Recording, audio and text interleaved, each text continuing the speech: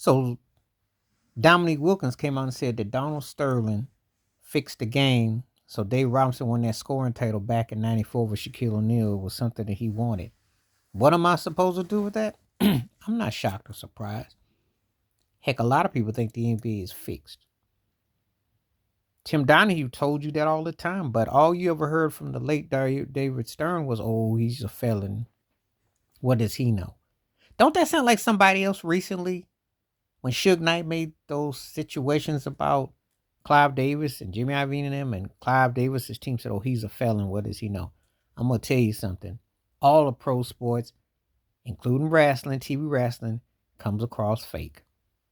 Just like the music award shows, when the award shows and the Academy Award shows and the Tonys and the Golden Globes and all them awards that they create, all are fake, bought and paid for. Just like the Hollywood Walk of Fame star is fake too. And what I believe it with the NBA, duh. Tim Donahue was a former referee. They have to cater to star players. You ask yourself, well, neither team guy was going to help the Clippers. What was this about? David Robinson was the admiral. He was a nice, proper Navy man. Shaquille O'Neal was a young, brash buck. Scary. It's a lot of political agendas involved.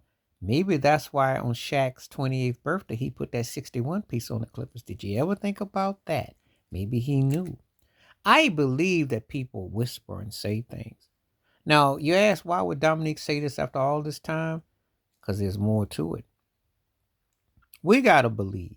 And the reason why I am a conspiracy theorist about the fix and the fakes, I remember many series and finals I watched. There's a lot of shady stuff that goes on. I still remember Stern 20 years ago in '04, before Shaq and Kobe departed their ways, before Shaq went to Miami, he said, if I had my way, I'd have LA versus LA.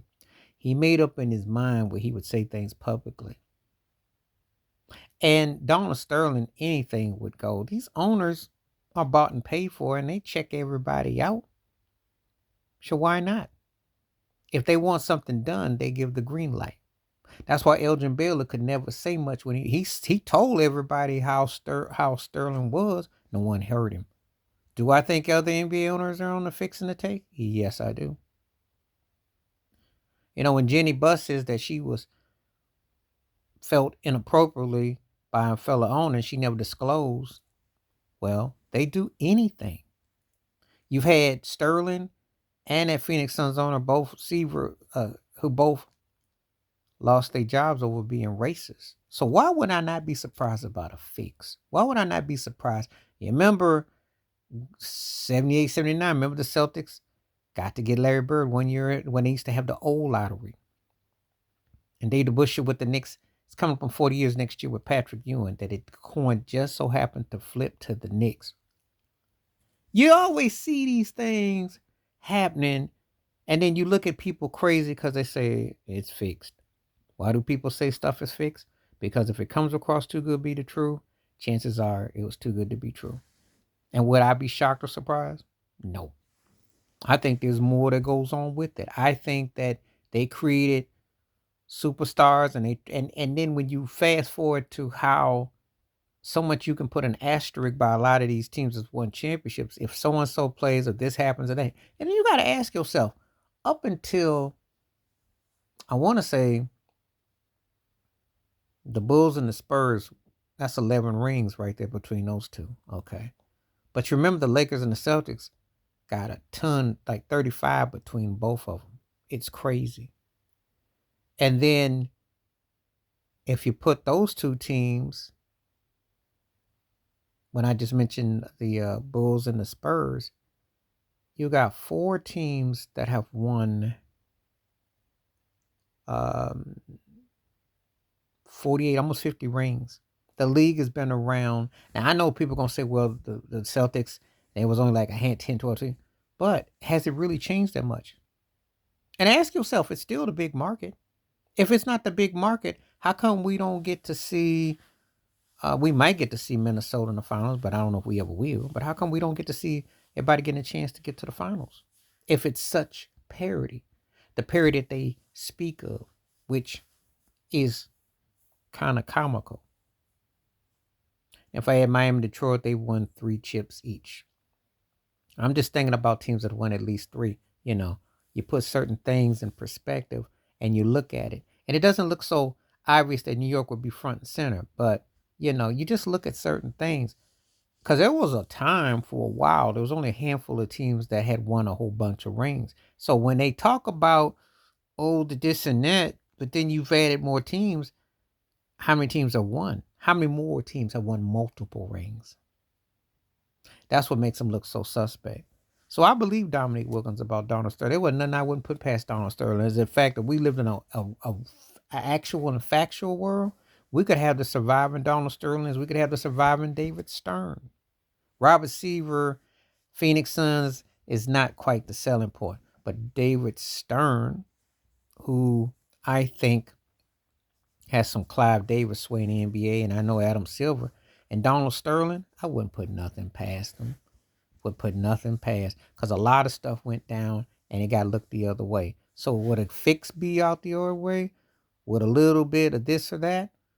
No, we've never heard the truth about the NBA and majors, because again, you concentrate on Vince McMahon, but what about David Stern's NBA? And did they know about Donald Sterling? Everybody knew. Everybody knew. The reason why I've always been suspect of all of them is because of what happened to my dude Raul. He got ran out for not doing the national anthem and all that. So, and then you wonder how that goes into like someone taking a cheat. Well, Tim Donahue, the referee, and they all do it, and they all got players they like.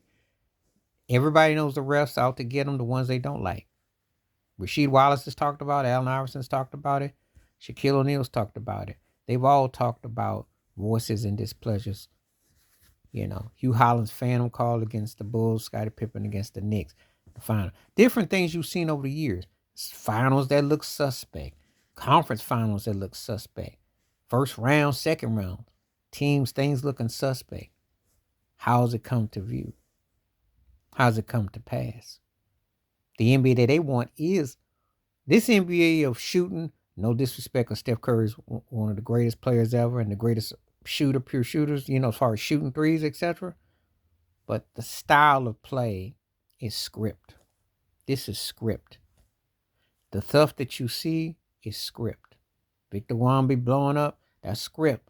They want this. So to hear this with Dominique saying about Sterling, it's all tied together. This is what they want. Here's an agenda. All in pro sports is agenda. It's just no different than movies and music and TV. You don't want to believe it because you want to think everything's actual and factual. And I'm not saying people aren't talented and aren't good. What I am saying is there is the agenda to have the games presented as they are. So what I believe they tell someone to take a dive and let someone look good, I wouldn't be shocked at all. Please like, subscribe, welcome thoughts, comments, and I do respond. Thank you. Wash your hands. Keep your mind clear. Watch out for another. Share the video if you like. Hit that membership. Stay safe, stay blessed, stay true, stay woke, stay free. I'm out one time. Peace.